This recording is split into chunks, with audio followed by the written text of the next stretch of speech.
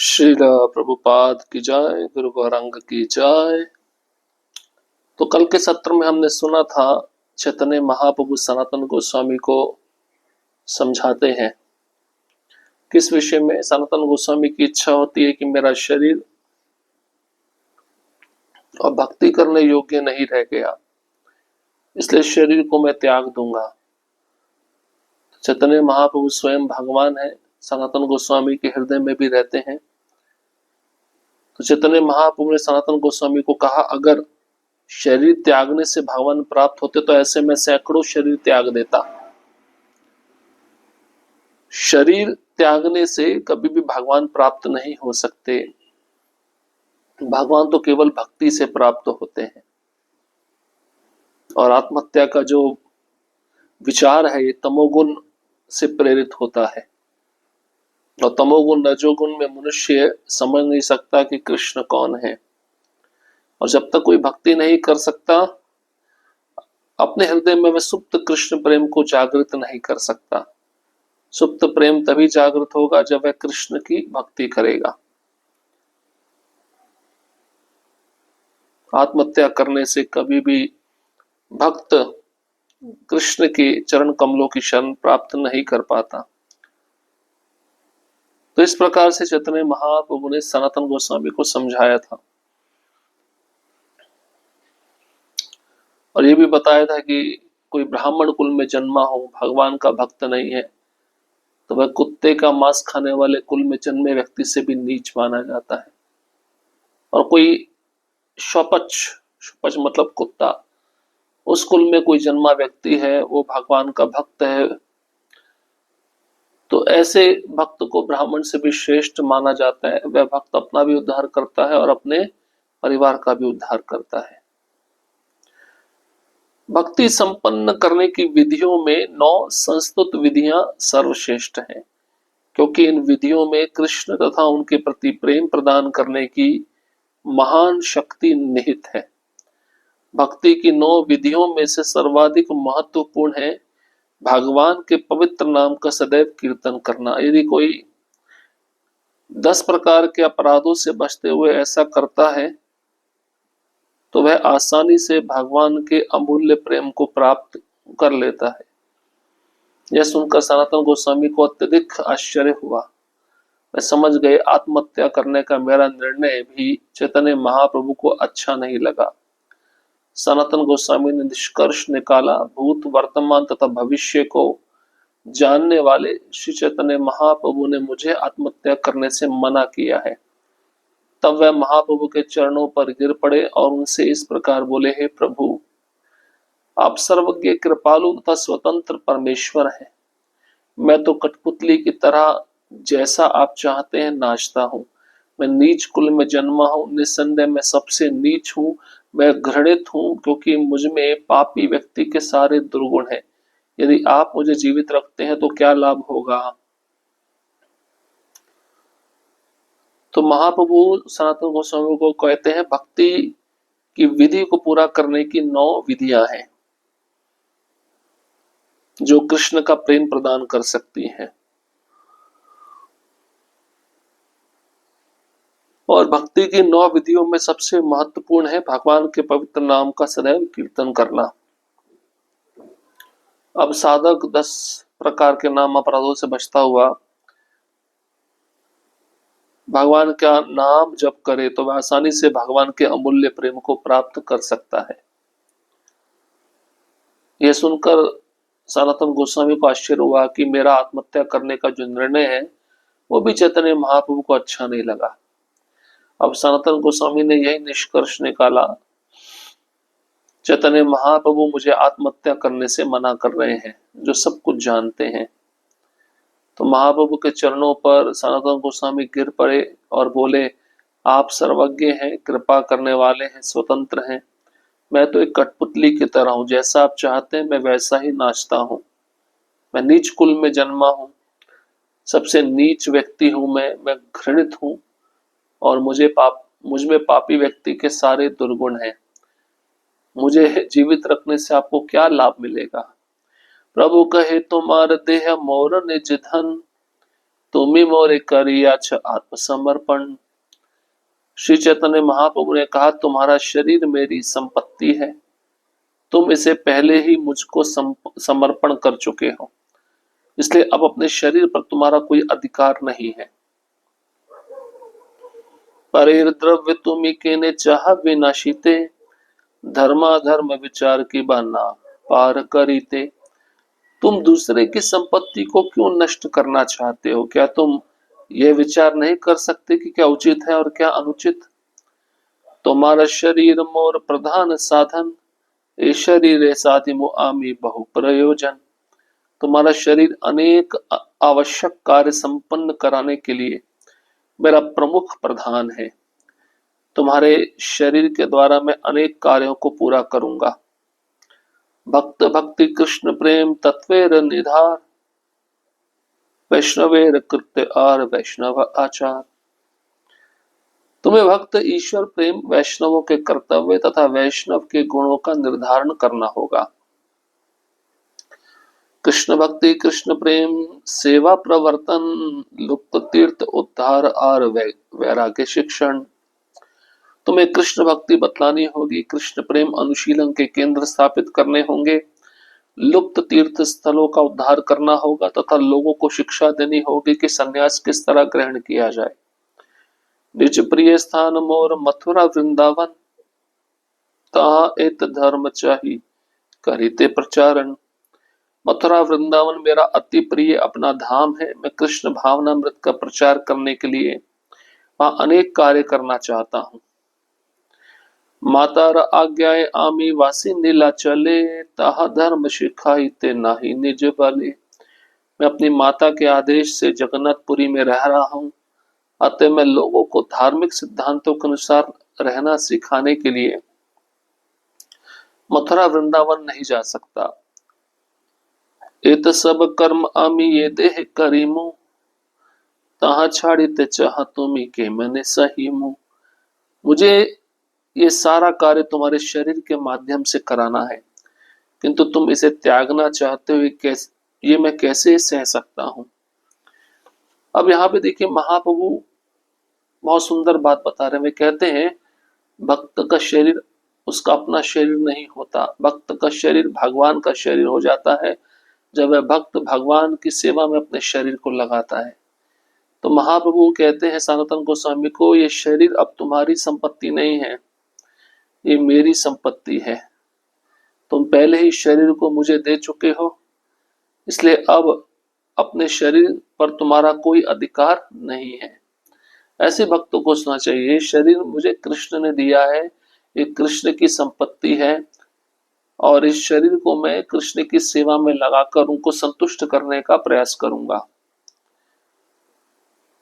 चैतन्य महाप्रभु सनातन गोस्वामी को कहते हैं, दूसरे की संपत्ति को तुम क्यों नष्ट करना चाहते हो?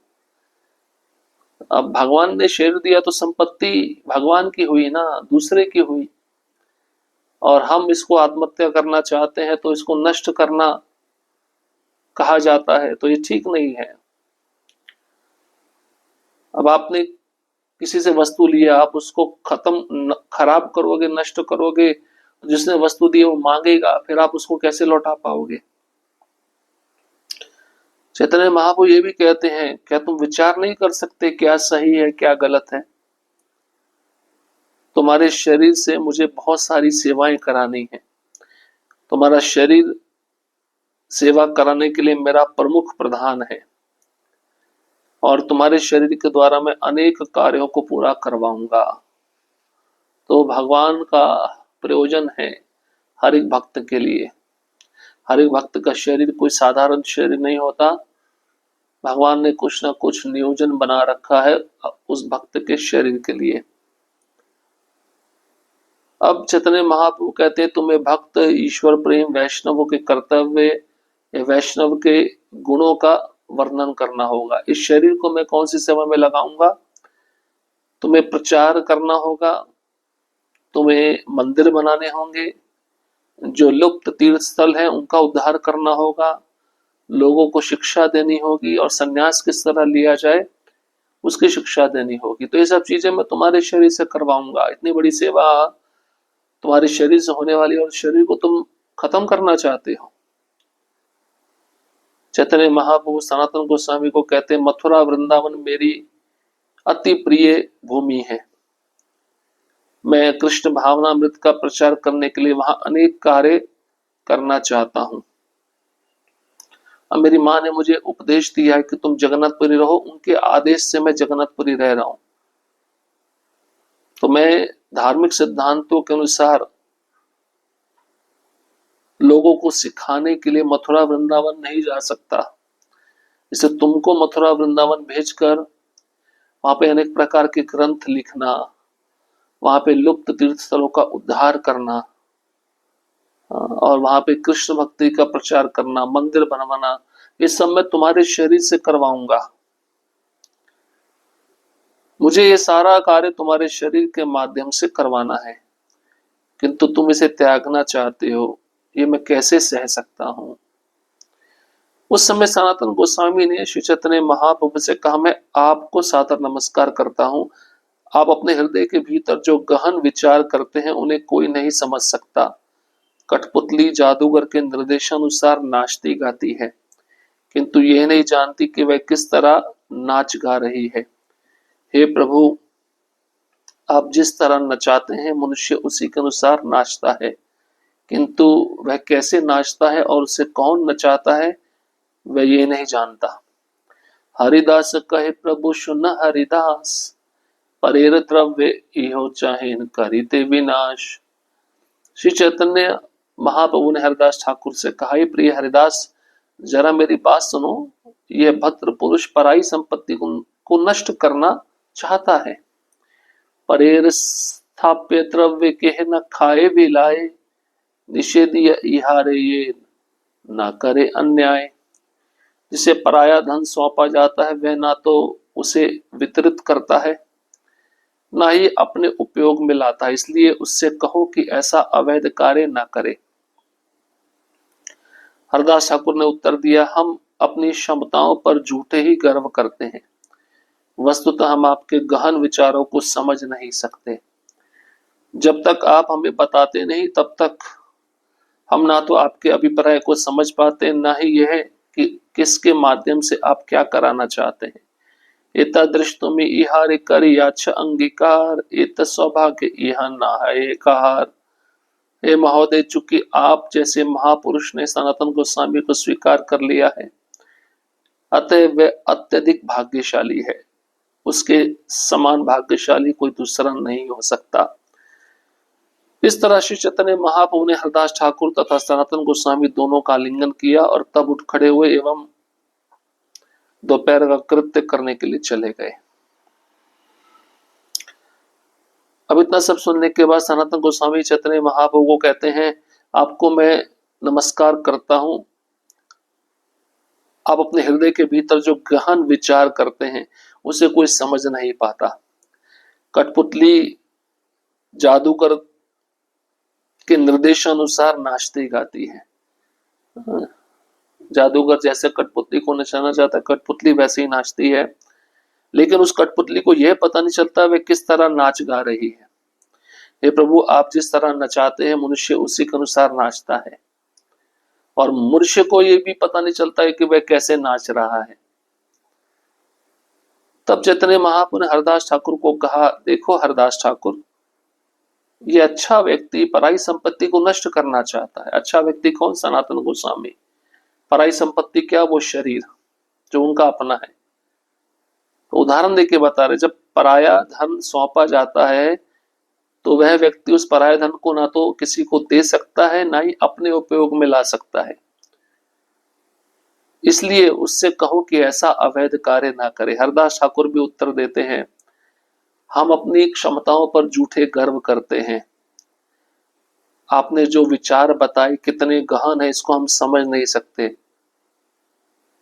हम ऐसा समझते हैं कि हम कर रहे हैं, लेकिन हम कार्य नहीं कर रहे, आप हमसे कार्य करवा रहे हैं। और आप कौन सा कार्य करवाना चाहते हैं, किसके माध्यम से, ये भी हम समझ नहीं सकते। तो हरदास ठाकुर कहते हैं कि आपने सनातन गोस्वामी को स्वीकार कर लिया है, सनातन गोस्वामी बहुत भाग्यशाली हैं। उनके समान भाग्यशाली कोई दूसरा नहीं हो सकता। चैतन्य महाप्रभु ने हरदास ठाकुर और सनातन गोस्वामी को आलिंगन दिया, तब महाप्रभु उठ खड़े हुए और दोपहर का कार्य करने के लिए चले गए।